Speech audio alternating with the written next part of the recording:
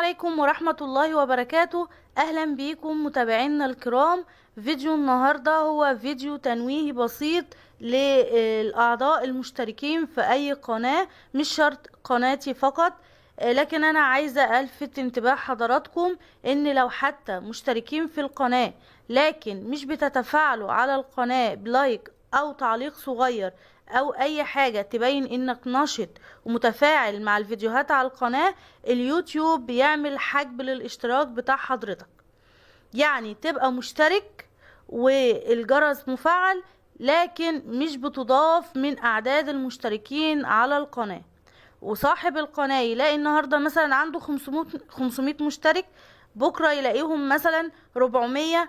الفرق بتاع عدد المشتركين ده بيفتكر ان في مشتركين عنده في القناة خرجوا، لكن بيبقى في النهاية اليوتيوب هو اللي حجبهم.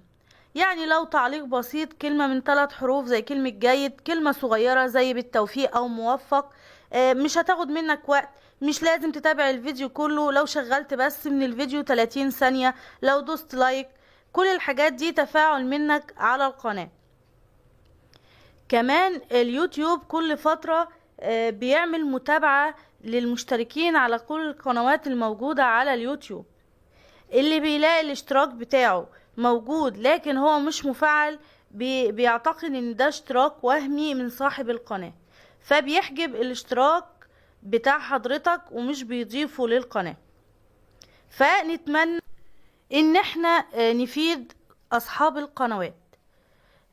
انا بس حبيت انبه علشان انا ما كنتش اعرف المعلومة دي، واعتقد ان برضو حضراتكم ما كنتوش تعرفوها، فاتمنى ان احنا نفيد بعضنا بالاشتراكات بتاعتنا. وشكرا لحسن استماعكم، واشوفكم في الفيديو الجاي ان شاء الله.